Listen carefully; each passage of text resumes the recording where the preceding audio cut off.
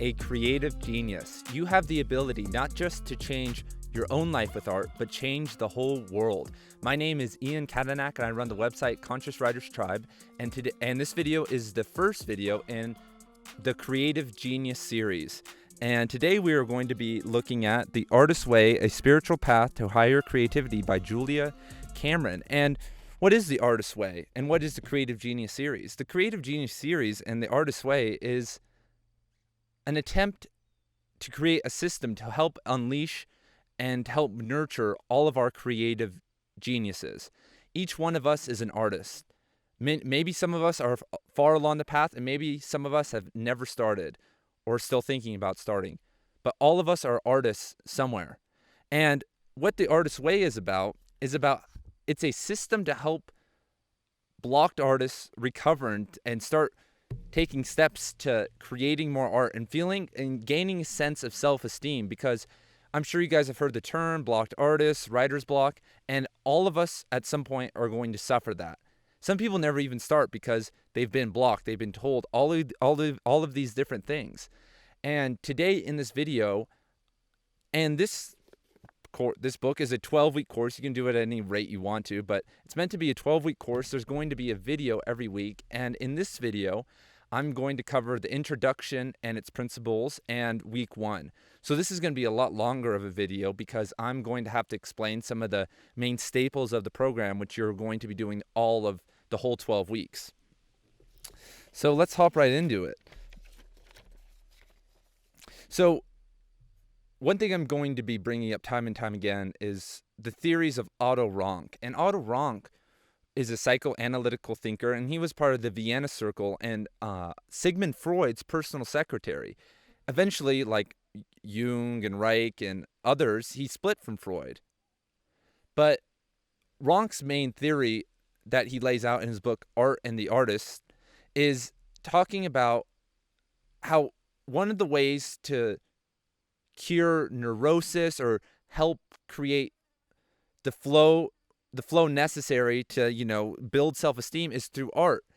And he gets into something, he theorizes that when we all of us experience trauma, and he has a great book called The Trauma of Birth, and he says that all of us at birth experience a trauma.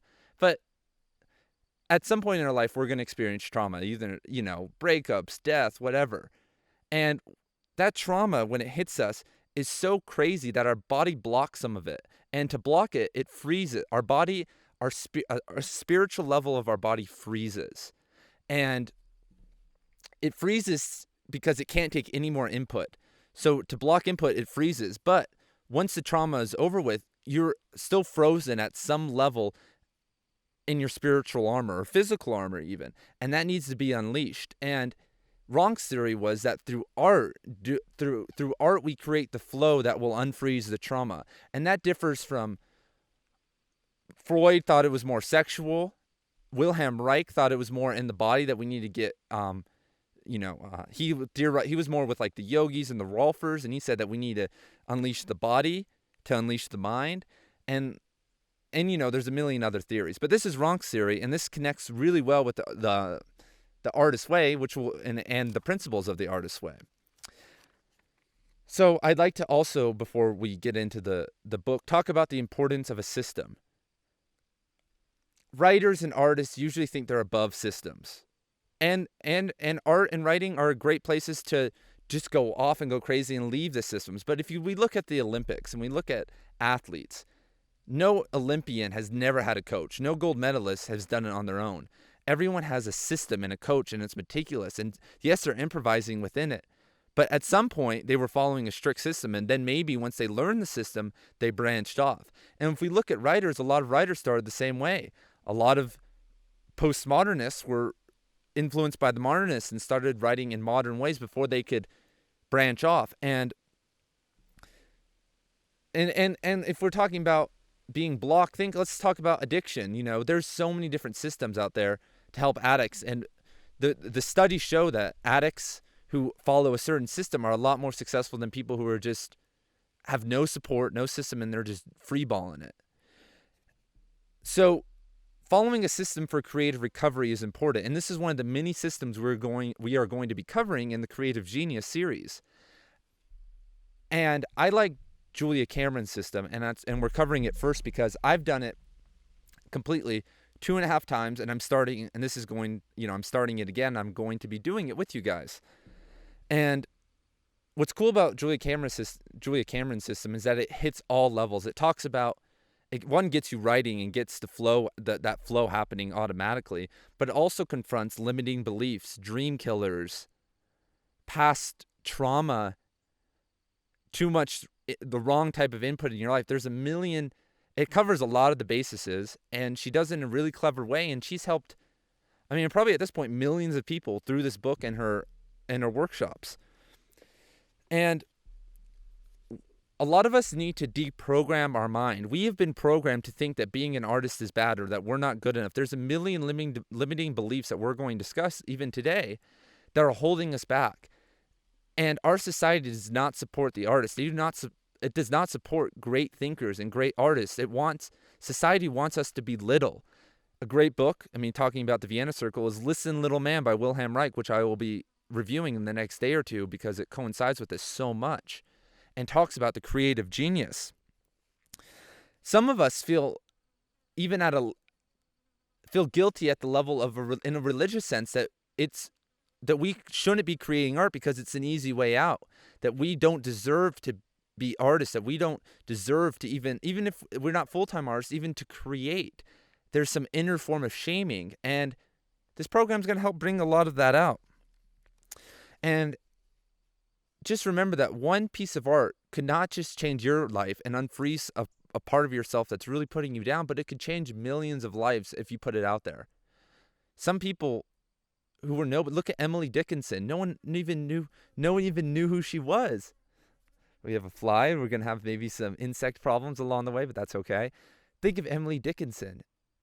Look how great her poetry is, but no one even knew who she was, but she kept writing and writing and writing, and her work has not just influenced my life and probably your life, but a lot of the whole world at a global level. So one of the main tenets, and let's actually go to the very first line in the book. This is, I think, really important. I always like to read the first line in any book I review because, it's the first line. These are the first 2 sentences. For most of us, the idea that the Creator encourages creativity is a radical thought. We tend to think, or at least fear, that creative dreams are egotistical, something that God wouldn't improve for us. And Julia Cameron is using God and energy and a lot of stuff in this book. And a lot of people get turned off by the word God. And I'm fine with the word God, but I believe in a genderless primal cosmic energy that permeates everything. I'm not religious. I would call it spiritual.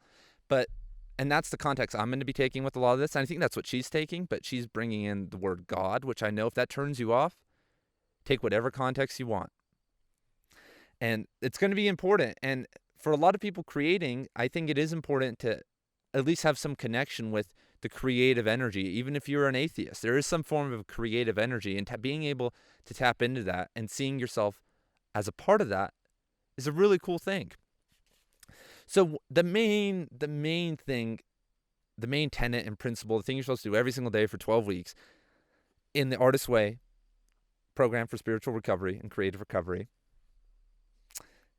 so nice out here, is the morning pages. And what are the morning pages? The morning pages is journaling basically, but it's waking up every single day, rolling out of bed, and within a few minutes sitting down and journaling 3 pages. And a lot of people, and we're like, what do you mean 3 pages? That's up to you. You try to figure it out.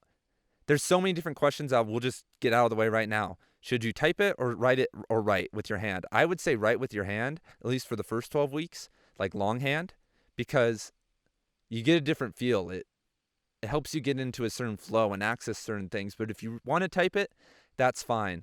I would say at least be trying to hit 1,000 words a day, in this time. You can type 1,000 words if you're flowing really fast. And what are you supposed to write about? What are the morning pages? What are you supposed to write about? Anything.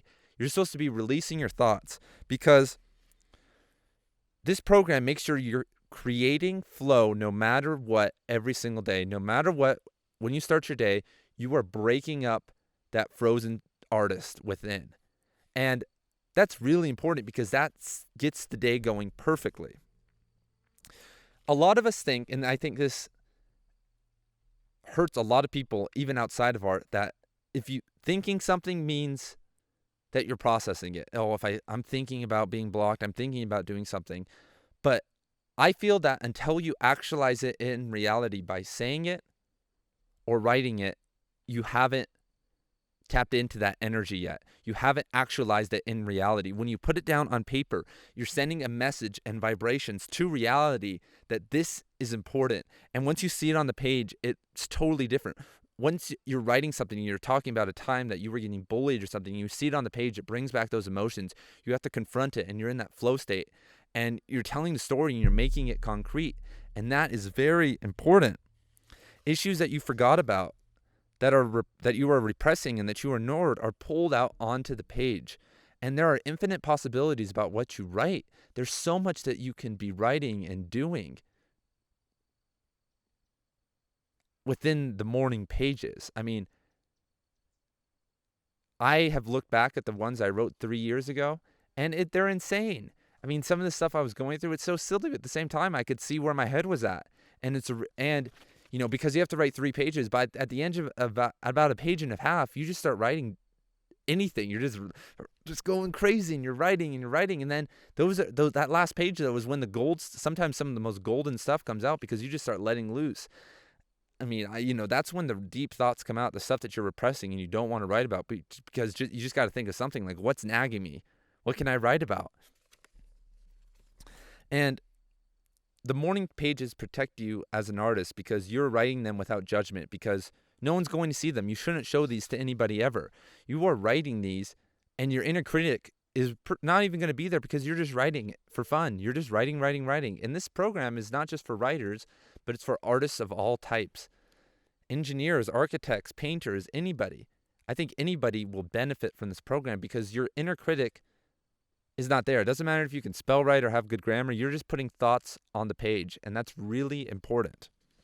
So that's the main gist of the artist pages. And I should have mentioned that, if you don't want to buy the book, this book is available online for free in places unknown, but everyone should learn how to get books for free, wink, wink, because it's just a skill that you need if you're trying to make an impact intellectually in your own life, because you should check out books before you buy them. Like, I checked this book out, then I bought it because I really wanted the print version.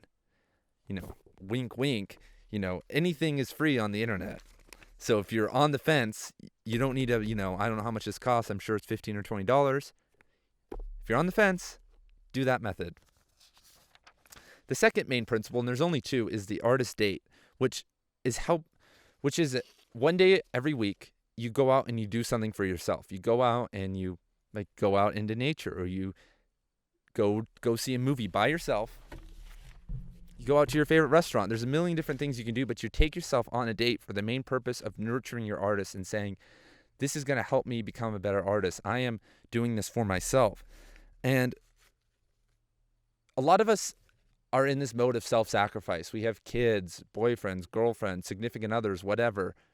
And we think that we need to help, that we need to work and do this, and we don't nurture ourselves. We don't think that our reality and our lives are important. But before you can help others, you have to help yourself and have a firm alignment within yourself.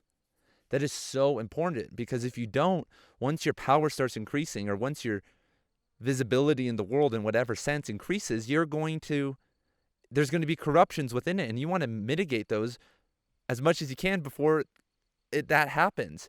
Like, you see celebrities and all these people who have all these problems because they're amplified. And as you move forward in life, you need to understand that you need to be aligned and in control of your emotions and your body before you take the next step. So let's hop into the text and read some of the principles. So Julia Cameron has some principles and some affirmations in the book, which I think are really important. And a lot of people are going to cringe at these. These are not easy the first time through to read some of these. I have some of these in my room, and sometimes people walk in there and they kind of give me this look like, What the hell is this, Ian?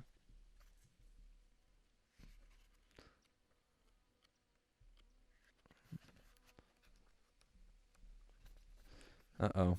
We've lost the page, everyone. Uh-oh.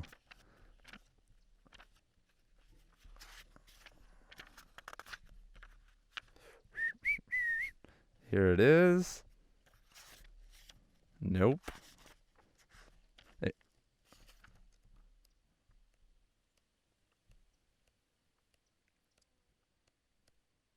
Okay, everyone. Here we are. Let's read the first one. Creativity is the natural order of life. Life is energy, pure creative energy. Okay. You know, if you want to take the super objective route and argue, then go somewhere else. If you want to be a hardcore atheist, this isn't the place. Because even if you are an atheist, you have to be able to see the creative energy around you. Everything is creation. Even if there is no all-powerful God or energy out there, there's creation in the world, and being able to look at that and see yourself as also as a creative being in some sense with an imagination. And that's what makes humans different, is that we have an imagination, and within that imagination we have unlimited potential. And I'm really into the philosophies of the German idealists such as Schelling, and that's what his whole philosophy is based on, is that we're basically a byproduct of nature, that there's never been a mind separated from a body before. We've never found a mind that didn't have a body, right? Think about it. Where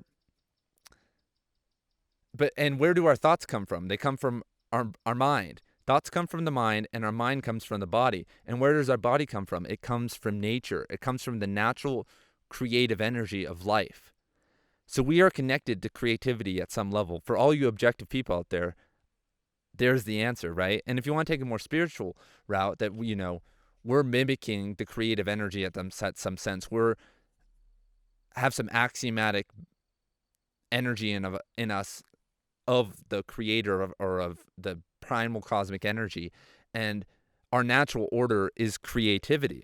And I think that's what Cameron's trying to say here. Let's see. Let's go to another one. We are ourselves creations, and we, in turn, are meant to continue creativity by being creative ourselves. That's, hopping on the point I just said. We are creations at some level, and by creating, we are giving back to that creative force. You guys get the point. It is safe to open ourselves up to greater and greater creativity. Most of us, at some point, don't feel safe within our art. And that's something we're going to talk about in a few minutes, that we don't feel safe. And that's what a lot of this program is, because there's so many excuses, so many limiting beliefs behind all this. And we don't listen to our creative source, because at some level, we're not in control of our creativity. I write stories sometimes, and they're crazy. I write some crazy stories sometimes, and probably people will hate me for them, right? But I don't care. People will be like, oh, it's this and it's that. But it's not me necessarily. I'm getting in that flow state and just putting what's out there. I mean, putting what's inside me out and actualizing it into the world. So if you guys can read these principles, the 10 principles, you guys get the gist. So let's hop into week 1 and some of the theory behind week 1. Sorry, everyone, my foot's asleep right now. So there's that. Okay. This is really cool. The first thing that Cameron says in chapter 1, which is recovering a sense of safety, the first title is shadow artists. And a lot of us, anyone that isn't producing art right now is a shadow artist, because all of us are artists. So anyone who's not doing it is not taking the necessary steps to come out of the shadows. I've heard so many people say, I have one good novel in me, or I want to be a painter one day. When I'm retired, or I don't have enough time. There's a million excuses, which we will go over in this program. But They are artists in the shadows. And the first thing that Cameron goes over is that our artists need support. And what this program is, by following the morning pages and doing the exercises at the end and learning some of this stuff, is that we're creating a self-supporting system, first of all. Because if we're in a bad situation, if we, have negative family, negative friends, negative significant others, or negative self-talk, it's going to bring us down. And you can't be aligned and create great art that represents your personal mission if you don't have that support. And once you find that alignment, those who aren't supporting you will fall out of your life because the energy is not going to match up anymore. You're not going to tolerate it. And you'll find more supportive people. More supportive people eventually will come into your life. And we tolerate these things because of our limiting beliefs. And that's the next thing that Julia Cameron gets into. And let's just talk about this for 1 minute. You got to get the dream killers out of your life, everybody. Dream killers, the graveyard is the most wealthy place in the world because it's filled with the ideas that could have cured cancer, that could have created a new economic system that isn't capitalism or socialism. Every solution we've ever needed is in the graveyard inside a bunch of scared people who couldn't do it because for a lot of the reason, because they were surrounded by dream killers who were telling them, you can't do that, or you can't do that, honey. I mean, I know a woman, and she's a full-time artist now. She makes a lot of money. She helps a lot of people. She's doing great for herself. But for years, she had a boyfriend who told her that she sucked and she wasn't going to do it. And then finally some of her friends pulled her out, and I was like, I was her friend, but not a good friend. But some of her other friends who I was friends with pulled her out, and eventually she broke up with them, and then she just flourished.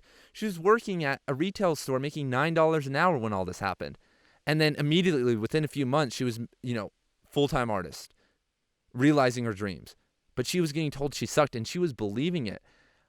You would have to force her to show you stuff, and she'd be making excuses like, "Oh, this sucks. This isn't very good." And it was so sad, and so sad. I don't want to cry on camera, but it's so sad that people, because I'm sure this has happened to you, this has happened to me, and we'll go over some of that in a little bit.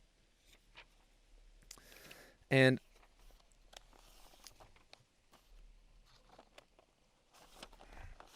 something that we all do is that we fall into shadow careers. And this is something that Cameron talks about after this, is that people default to similar careers that they're blocking.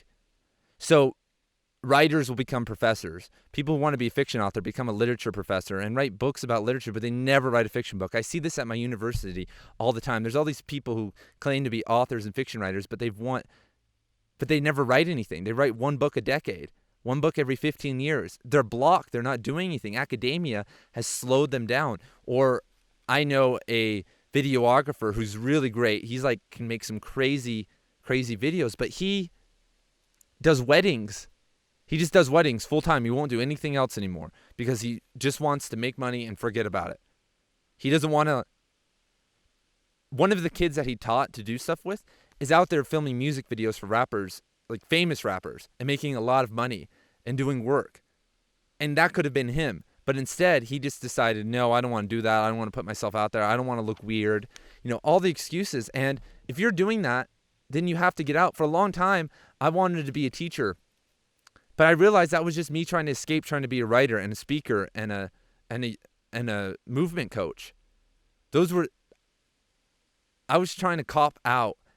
I love teaching people, but I don't want to teach a bunch of high school students who don't care. That's not me. That's great for other people to do, but I'm going to realize my dreams, and so are you, because you are a creative genius, right? Word. So it's to start taking yourself seriously and taking risks, because to take a risk, to jump into the void, you need to have a high self-esteem, and this program's going to help you build that. But if you don't have that and you're feeling not confident, like I once was, like a lot of people were, you need to start looking into self-esteem stuff. Like I would recommend the work of Nathaniel Branden, the Pillars of Self-Esteem, The Psychology of Self-Esteem. A more modern author is Brene Brown. She's like got a few famous TED Talks. My favorite book of hers is The Gift of Imperfection. That's a great book. I would recommend that one. For all my spiritual people out there, I would pick up some rose quartz and meditate with rose quartz, visualizing your highest self and trying to align with that vibe. That's a great method that I do a lot if I'm feeling misaligned or feeling a little down in the dumps about myself. And if you let others talk down to you as an artist, you're going to become an artist who gets talked down to and is oppressed. And as dumb as that may sound and as logical that may sound, if you let that happen to you and you don't create boundaries and push those people back, you're going to become a person who is that. And if you saw that from an outside angle or on a movie, you'd be like, oh, that person's not fulfilling their greatest potential. But that is a lot of us. We're dealing with crap. Hey, and we'll get into that in a second. Let's just keep moving forward. And something that I wrote here that's been a motto of mine for a little bit is artistic scarcity, or being blocked, is a blindness to opportunity. Let me repeat that again. Artistic scarcity is a blindness to opportunity.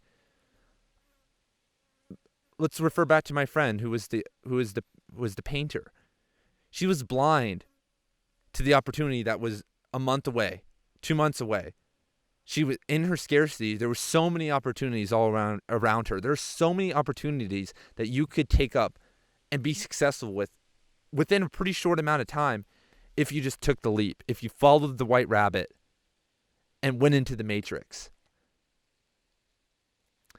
You are a creative genius. You have the ability sorry, I've already said that. But you are a creative genius. And one of the great lines that Julia Cameron says in chapter 1 is, creative recovery is like marathon training. This is an everyday thing, and it's not going to end. There's going to be a lot. It's like a roller coaster. There's going to be rhythms to this. And when you're finding yourself down in the dumps and not creating, you have to have a system, and that's what this is in place for. And many other systems that we're going to go over, or your personal system, to pull yourself out, because you have to keep creating. It's going to help you and others so much. This is your dream. This is your life, and you can do it. And if you're listening right now and you're feeling blocked, just make a comment in the comment section and say, I'm feeling blocked. I'm trying to get it together in whatever discipline. And other people, if you see a comment and say, you can do this. You have this. You're great. You can do this. Whatever you're doing, you have this. And let's, try to create some support in this series, because this is really important to wake up to. So let's talk about some negative and limiting beliefs. You are in control of your reality, simulation, or whatever you want to call it. So I have a quote right here. And a lot of us think that we create these ultimatums in our mind. Okay, we create these ultimatums in our mind. Like, if I was going to be an artist, if I took this risk, I'm going to be poor for the rest of my life. Or if I wrote what I really wanted to write, if I wanted to be an erotic writer or a romantic writer, I would never have a significant other, or no one would like me, or everyone would hate me. And we create these weird ultimatums, and that's not true. That's 100% not true, everybody. And it's not true. But we think that to have some success, there has to be a downside. And guess what? It really doesn't need to be like that. There are downsides in life, but you are the controller of your reality. And you can create the character and life you want if you follow a system, set goals, work hard, and keep persevering. And even if you don't make $1 million or sell 1 million books or become a famous artist, you're going to love your life and love yourself. And that's the whole point of this. And Julia Cameron lays out some of the main negative beliefs that we have. And let's go over them, because I hear them all the time when I, give people this shtick. Everyone will hate me. That's one that I'm dealing with right now, because, if I'm writing a story and it's a little controversial and I'm, slamming characters and, putting people, just writing a crazy story, people aren't going to like that. And I've experienced that, and people get offended. And a lot of my work isn't offensive, but if one comes out like that, I'm releasing it. And If those people hate you because of something you wrote and something that you were trying to be creative with, then screw them anyway. Fuck them. Who cares, right? The wind's coming up right now because it's saying you have to create. And before you can become a great artist, you have to know that and understand that it doesn't matter if anyone ever understands your work. All that matters is that you're putting it out there and trying and representing yourself and your purpose. And once you get over that fear, then you'll make leaps and bounds. That's at least what I felt. Here's one. I will go crazy. Well, if you're not already crazy in terms of what's normal in society, then you're doing something kind of wrong, because what's normal in society is kind of crazy. Being normal and, drugging yourself with whatever toxic substance, watching media that's empty, living relationships that are empty, working jobs that you hate, that's kind of crazy. But nurturing your artists and putting out your vision to the world, that's not crazy, even if it is quote unquote crazy. I don't have good enough ideas. Well, if you don't have good enough ideas, you need to learn to tap into your imagination through things like the morning pages, because the imagination is limitless. You can achieve whatever you want within your imagination. Number 8, I've said this before, I'm sure a lot of people have, I will have to be alone. We have this vision of the artist. We think of Immanuel Kant or Franz Kafka or Nietzsche, a lot of Proust, who are these, celibate type authors who just are in the office all day writing and no one likes them. Thoreau, and it doesn't need to be like that. Your art should make you happy. It should make you more social. You should want to share it. It's fun. And some people may hate you, but some people will love you for it. And the people that love you, that means you'll never have to be alone. And that's something else. Like, if you're an artist and you're struggling with that, you should learn some social skills. You should read some books, take some courses, follow some programs, go out and practice in the world and overcome that. It's a skill. It's not a genetic reality, everybody. And I know that because I've overcome social anxiety, or whatever you want to call it. 11, I will do bad work and not know it and look like a fool. And this is on page 31, everybody. At the start, your art is going to be bad. But if you went snowboarding, you've never snowboarded before, you're going to suck at it. But it's about the progression. It's about showing up and making that progress and having fun. And being bad doesn't matter. Great authors write bad stuff all the time. Some of my favorite authors have released novels. I'm like, this sucks. But that doesn't matter. I still love them. It's still fun. Being a creative writing student, I've read a million terrible stories. I've made my workshops read a million my terrible stories. But it's still fun, and we have a good time. And if you're around a good group of people who are non-judgmental, then who cares? And if someone online says, you suck, that was terrible, then, who cares?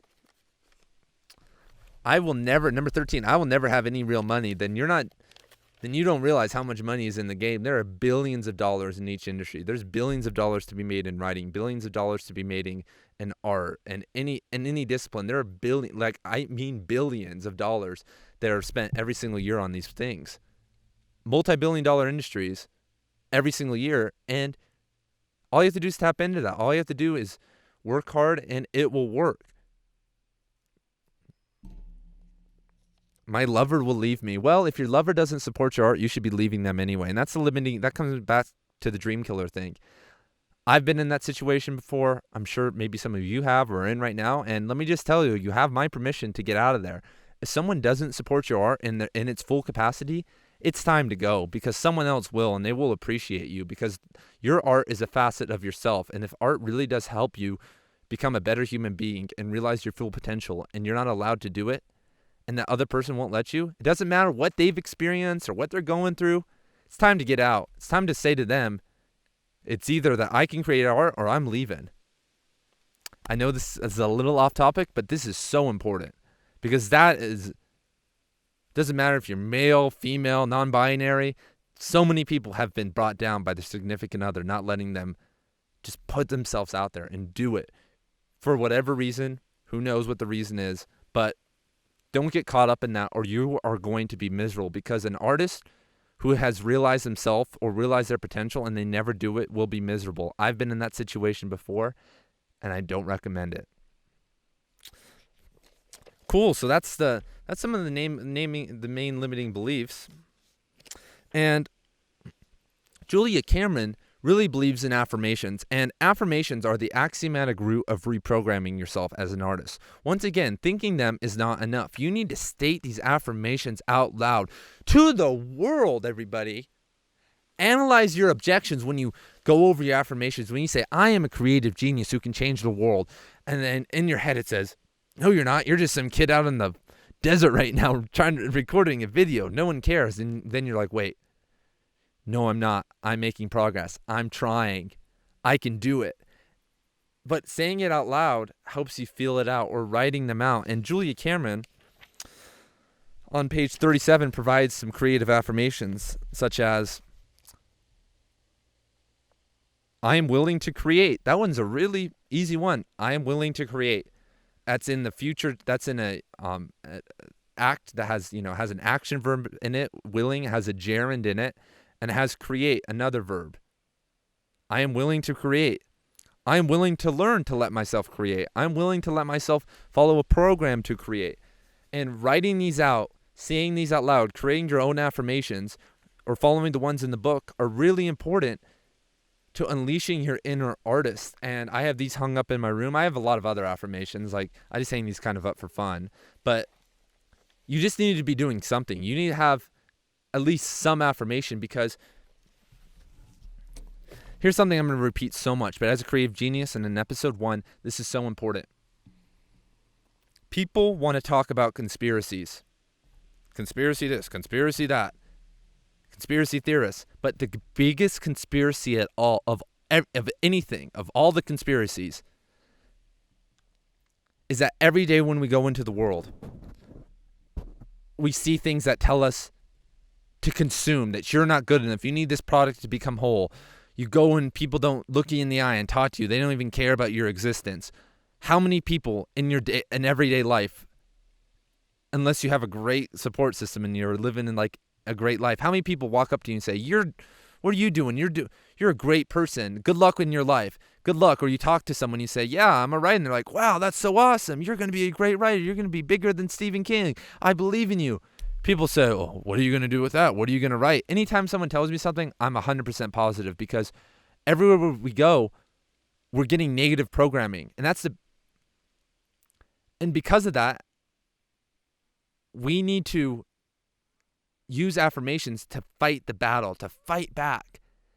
And just think about that. How much positivity in your daily life are you getting? How many people, or even in the media, how much media is telling you that you are beautiful, you are great just the way that you are, you should create and be an artist, and that you don't need to deal with people and jobs and stuff that you don't like, and that you don't need cars and clothes and houses or any of this, that you just need to try to help others and create.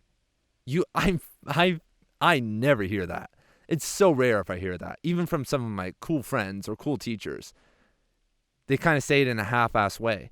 So you have to do it yourself. You have to watch motivating videos and do it yourself. Shout out to my program, or to one of my other series, Motivation for Writers, every single Wednesday. Check it out, everybody. First episode coming out soon. So affirmations are really important. And, there's a lot of information. If you want to learn to set goals and do affirmations, the book Goals by Brian Tracy is like a super thorough analysis. And before we get into the ending exercises and conclude the video, let's talk about vibe. Let's get a little woo-woo going on in here. Let's talk about the vibe. What's your vibe? And vibe is so important, because when I say, like, one of my goals is to sell 100 of, I'm going to, release hopefully 2 or 3 books in 2019, and I'm trying to sell 100 books, not a large amount, in 2019. But I need to align with the vibe of a person who would be able to sell 100 books. I need to have that vibe. I need to visualize that person, being able to visualize that person. Or I need to think about one of my more lofty goals and be like, am I Do I really fit the vibe of a full-time writer who makes his living being a writer and speaker? And you need to recognize the differences between them, then start trying to make those vibes congruent. If I was a full-time writer and making my money writing, I'd be a lot more positive. I wouldn't be thinking in terms of competition. I'd be writing more freely and having more fun. So why not do that now? Why not be that writer right now? And making your vibes congruent through affirmations will help you. And for the context of the artist way, imagine yourself as an unblocked artist. Imagine yourself as an artist in whatever capacity or discipline you follow, who is creating all of the time. And that will, and then see that person and say, what is different? What are they doing? Are they waking up earlier? What's that vibe? Are they wearing this? What do they have new clothes? Are they wearing more ragged clothes? Do they not care about clothes anymore? What is it? And try to align with that vibe. And even if you can just align with that vibe for 1 second of being able to align and see that, you're taking a positive step toward your creative recovery. So let's go in. So at the end of each chapter, there are some exercises, and we'll just go over them real fast, and I'll maybe give you a few more ideas or just explain them if they seem, or if you're just following along, you're not even reading the book. Task 1 is just to write your morning pages every day. Important. You have to do it for 12 weeks. It'll make a huge difference. Task 2 is to take yourself on an artist date. We've gone over that. Exercise 3 is time travel. List 3 old enemies of your creative self-worth. And this is where you talk about people who've hurt you and have hurt you as an artist. And here's an example here's the one I have. I had this teacher, creative writing teacher, and this was back in high school. I was like not even a senior. I was like 15 or 16. I was a little bit crazy, But at the end of the semester, he pulled me aside and he said, Do you think you're the only person who reads books? Do you think you're the only person who writes? And he's like being super negative. He's like, writers don't make money. I have a PhD. I don't make any money. Just saying this stuff to me. And I was like, hey man, this is my dream. I want to work hard. I didn't say this to him. I just nodded my head and said, I'm going to go.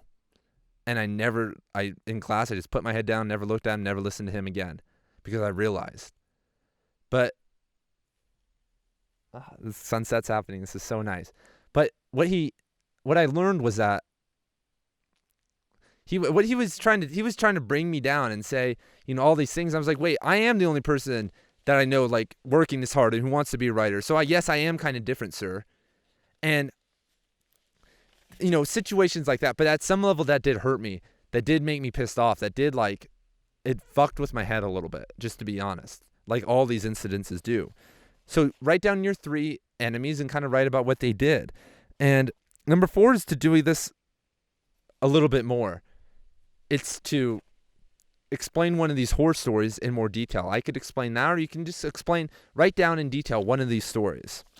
Number 5 is to write a letter to someone in your defense. Write a letter to one of your critics or to one of your future critics in defense and say, hell no, man. I am the shit. I'm going to do so good. I got this, right? That one's fun to do. Reverse. Now, the reverse one is to write a letter or to list the 3 people who've helped your creativity, 3 people who've supported you. I had another teacher who gave me books. He was just giving me books and telling me to write and reading my stuff. This is back in high school, and he really helped me. I've had a ton of people like this in university, but he really helped me. And number 7 is write a letter to one of these people who helped you. And I wrote that teacher, and I hadn't talked to him in 12 years. And we reconnected last year, and it was really cool, man. It was really cool. I actually mailed the letter to him. I actually found his address and mailed him the letter to the university he was working at. And you don't need to mail these letters, but it's an exercise. 8 is to rapid fire write 5 different lives that you would want to live. I think it would be really cool to be a professional skier and to be a guy that builds trails. And there's a bunch of other things, but Write down this exercise if you are wondering, because you probably already have done it or are going to do it. This is just to make you get out of the loop and to realize that you have an unlimited potential, that you can do whatever you want to do. If you want to be a director, if you want to be a writer, if you want to be a tribrid of 3 different creative professions and put them into one, you can do that. You don't need to limit yourself. You can be whatever you want to be at some level. Like, okay, maybe you can't go make the Olympics as a boxer, but you can be a boxer.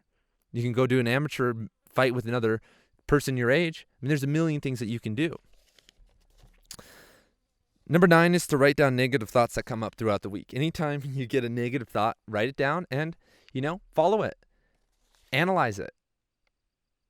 Try to reverse it and align with a better vibe. Say, my writing sucks, my grammar kind of sucks, and be like, wait, my editor can fix my grammar. My grammar is improving. Grammar isn't a part of creating a great story. It's a part of the end game. See? Just stuff like that. Number 10 is take a walk. And I'm doing this. This is what I'm about to do right now. I walked over here. It took me I'm in 20 minutes from the road. I'm probably going to take an hour walk right now and watch the sunset. And some of the greatest thinkers of all time, Kant, Nietzsche, Thoreau, who else do I have on here? The Chinese poets, nature poets, Gary Snyder, they all took walks and wrote and thought. And it's so important to take a walk as your artist state. It's so nice just to walk. That helps you get into the flow, and it's easy. Anyone can walk. Most people can walk, right?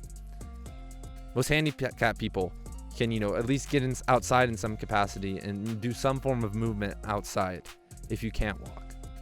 So that's it for week 1. It was actually a little shorter than I thought. And over the next few weeks, I'm going to talk about and go into deeper detail. That's what I'm trying to do here into some of these things. Like Julie Cameron mentions dream killers and limiting beliefs, but I'm trying to expand on that and provide different resources and give you that power and give you that extra encouragement. Like, hey, drop those dream killers. If you become a great artist, you'll find people who love your stuff and love you for who you are. There's billions of people on the earth, people. So everyone, comment down below. If you like the video, comment down below what you're doing with your art, and I'll comment, and everyone else should comment and give you encouragement. Subscribe to the channel. Check out the website. You guys are all creative geniuses. Thank you for tuning in with me out here in the desert. I'm about to go watch a beautiful sunset. Have a great